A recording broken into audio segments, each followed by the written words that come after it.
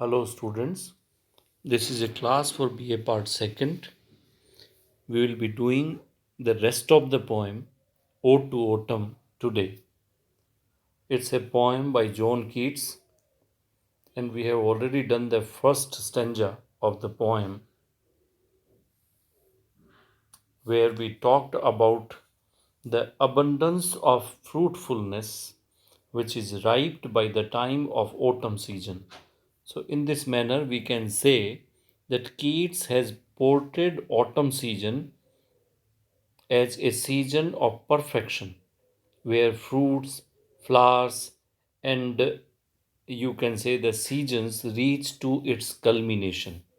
And now I already talked about four personifying figures.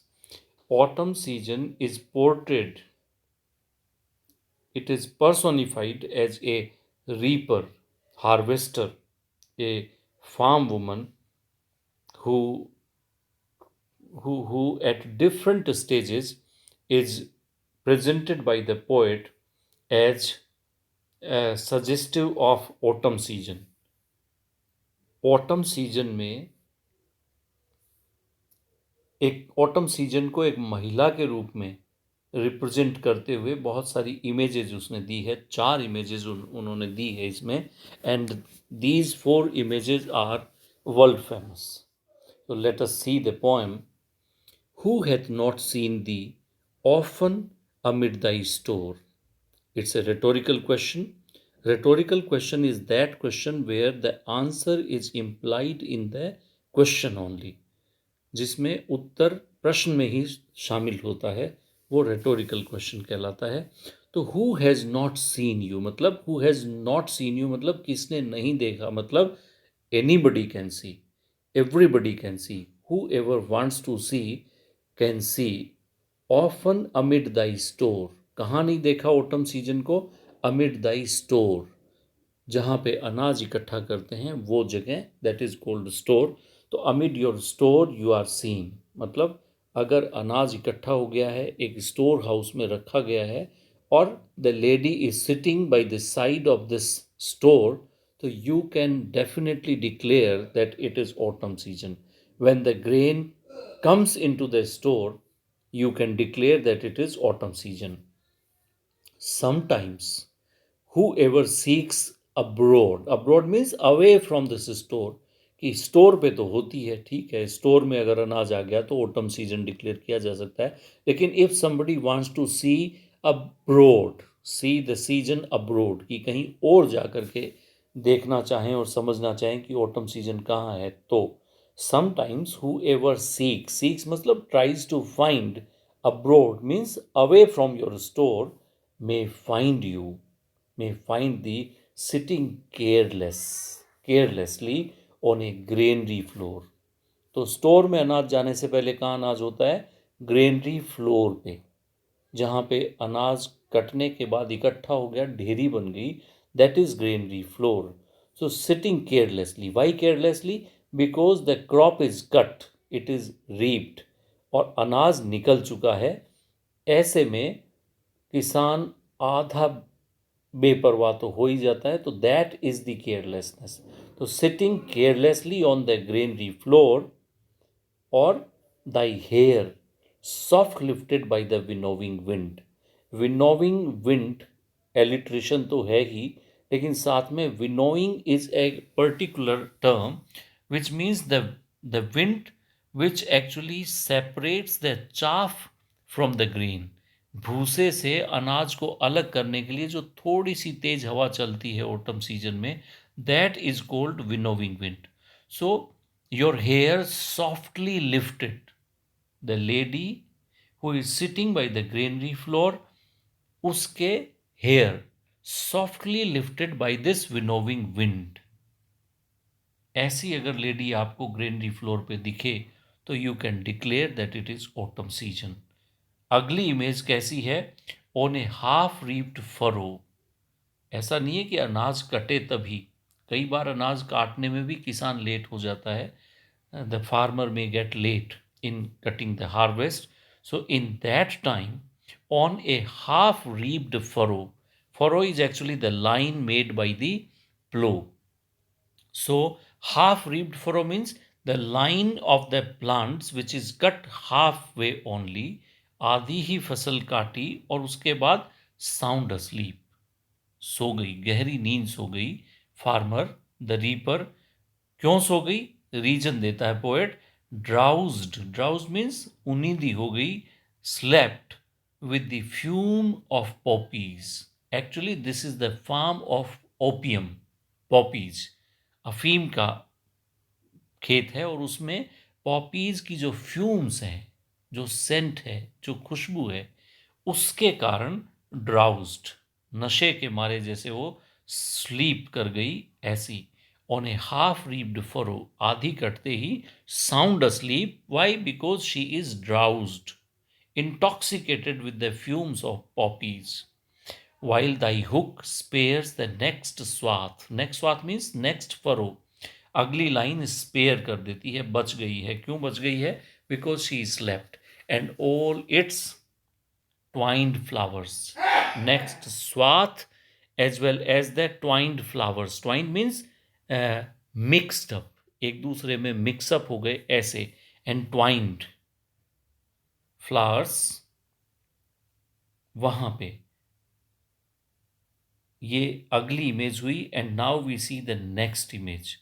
Sometimes like a gleaner thou dost keep steady thy leaden head. Most of the people must have seen so many paintings about a lady who is carrying a load on her head and crossing a brook. एक नाला पार करती हुई, sir के ऊपर गट्ठर जमाया हुआ ऐसी लेडी पास करती हुई की बहुत सारी इमेजेस, बहुत सारी फोटोग्राफ्स आपने देखी होगी। Those photographs, those paintings are actually inspired by this line, particular line of John Keats. तो कैसी इमेज है? By autumn season, sometimes like the gleaner. Gleaner is actually a class in farming. When the farmer has cut his crop, when he has cleared the grain, तो भी खेत में कुछ अनाज बचा रह जाता है मिट्टी में दबा हुआ, और ये अनाज छान करके इकट्ठा कर लेते हैं और उसमें you can say some of it, कुछ थोड़ा बहुत अनाज वो इकट्ठा कर लेते हैं। वो लोग जो खेत को क्लीन करने के पॉइंट ऑफ व्यू से रखे जाते हैं, और एक तरह से आप कह सकते हैं कि पूरा खेत की फसल कटने के बाद में ये सारी एक्टिविटी होती है। तो they are actually, they are not the owners, they are not the farmers. ये वो लोग हैं जो इसके ऊपर ही जिंदा रहते हैं, एक तरह से लेबर क्लास कह सकते हो आप उनको। तो दे like a gleaner. Gleaner means one who cleans the grains from the you can say leftover harvest. वो तो sometimes like a gleaner thou dost keep thy leaden head. Leaden head means जो sir के ऊपर loaded है ऐसा head, steady, steady मतलब सीधा रखे हुए, अक्रॉस ए ब्रूक, नाले को क्रॉस करते हुए। आप देखिए, what a beautiful picturesque image Keats has presented in this line. A lady crossing a brook, her head is loaded with whatever she has gleaned. And this gleaner, if you see, you can declare it is autumn season when you see gleaners crossing a brook. And the last image, by a cider press. Cider press is actually the machine which extracts the juice of apples. तो Apple का juice निकालने वाली cider press के किनारे खड़ी हुई वो lady with patient look, और ड्रॉप ड्रॉप गिरता है वो जूस, तो विद पेशेंट लुक, पूरे धैर्य के साथ देखती हुई, with patient look, thou watchest, you watch the last oozings hours by hours, घंटों तक। लास्ट ऊजिंग, ऊज कहते हैं टपकने को। तो what ever is pouring from the cider press, when you watch that for hours and hours, if you see such a scene, you can say it is autumn season. So these are the four personifying figures, and you can make portraits out of them, beautiful portraits. And Keats has presented word pictures, word portraits in these lines, and it is one of the most famous passages of John Keats. Now we move to the last stanza. Where are the songs of spring? In the last stanza, we saw the pictorial scenes, visual scenes, and now we see the oral, auditory images. Auditory images means जो कान से सुने ऐसी images poet present करता है. तो where are the songs of spring? Hey, where are they? Spring season is a beautiful season, and there are so many, you can say, there is so much of musical quality in spring season. There are so many birds that come in spring season. It's a new season. The year begins with the spring season. So where are the songs of spring? कहाँ चले गए वो? Where are they? The poet asked this question just to arouse curiosity in the songs of spring season. कि कहाँ चले गए वो? मतलब they are already departed. They are long parted.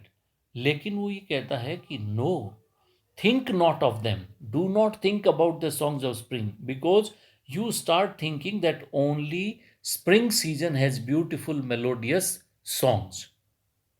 Only the songs which are melodious, which are beautifully made, they relate to spring season only. So the poet says, no, think not of them. Do not think of spring songs only. Thou hast thy music too. You have your own music. Autumn season has its own music. ऐसा नहीं है कि autumn season का कोई अपना music नहीं है. तो what is the music that autumn season has? So, first of all, he gives you a picturesque description of the nature. He says, while barred clouds, barred means lined. आपने देखा होगा autumn season में आसमान में जब बारिश वारिश सब हो गई, बादल अभी पूरी तरह से समाप्त नहीं हुए हैं, they have not come to an end, तो वो एक लाइन सी बनती है, जैसे रॉकेट से बन जाती है वैसी. तो पूरा आसमान from one side of the earth to the other side of the earth, you can say from one horizon to another horizon, ये वाइट क्लाउड्स जो बनते हैं, तो बार्ड क्लाउड्स ब्लूम, वो खिले हुए हैं. कहाँ खिले हुए हैं? The soft dying day, the day which dies softly, मतलब स्लोली, धीरे धीरे जो दिन अवसान पे आता है, उसमें शाम के समय ऐसे बादल दिखाई देते हैं जो बार्ड होते हैं. बार मीन्स लाइंस. तो लाइंस लाइंस में जो बादल बने हुए हैं, दूर तक जो छाए हुए हैं, ब्लूम करते हैं. ऐसे समय में while gives you the idea of time. तो while barred clouds bloom in the soft dying day and touch the stubble plains with rosy hue. Evening time में बादलों का रंग कैसा हो जाता है? Because the sun is setting. तो the setting sun becomes red, and when the clouds reflect this reddishness, तो they become rosy hue. The hue means color. तो रेड कलर के, रोज कलर का बादलों का हो जाता है वो. With rosy colour the clouds touch the stubble plains. Stubble किसको कहते हैं? डंठल को. तो जो फसल कटने के बाद डंठल बच गए, ऐसे प्लेन्स में, ऐसे खेतों में, with rosy hue the soft dying day touches with the clouds. Then ऐसे मौसम में, in such an evening, then means तब means in such kind of environment, in such kind of atmosphere, in such an evening, then in a wailful choir. Choir किसको कहते हैं? Choir is actually a band of musicians. तो wailful means mournful, sad kind of, melancholy kind of choir. The small gnats mourn. gnats insects होते हैं, तो they keep morning. कहाँ करते हैं वो morning? Among the river shallows. River के पास जो शैलोज प्लांट्स उगे हुए होते हैं उनमें. borne aloft or sinking as the light wind lives or dies. जैसे जैसे हवा लिव करती है और या डाई करती है, मतलब हवा तेज होती है या धीरे होती है, उसके आधार पे, उसके कारण, according to the liveliness or according to the dullness of the wind, according to that light wind, the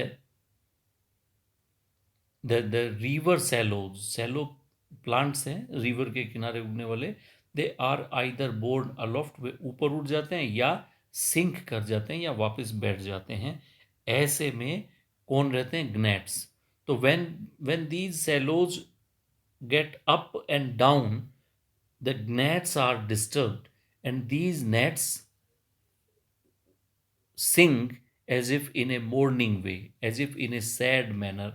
So, this is the first sound that you hear when the gnats are singing in the evening time among the river shallows. Then you can say it is autumn season, and this is the music of autumn. It may be dull, it may be melancholic, it may be lamenting, it may be mourning music, लेकिन it has its own music. Full grown lambs. Lambs अब full grown हो गए हैं। क्यों? क्योंकि animals में mating behaviour होता है, जन्म लेते हैं, तो वो स्प्रिंग सीजन में होते हैं और by the spring by the autumn season they are grown up.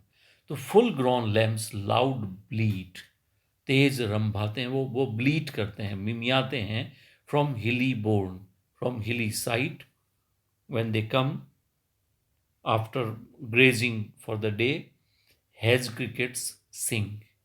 झाड़ियों में छिपी हुई क्रिकेट्स, झिंगुर जो हैं, they sing. That is also the song of autumn season.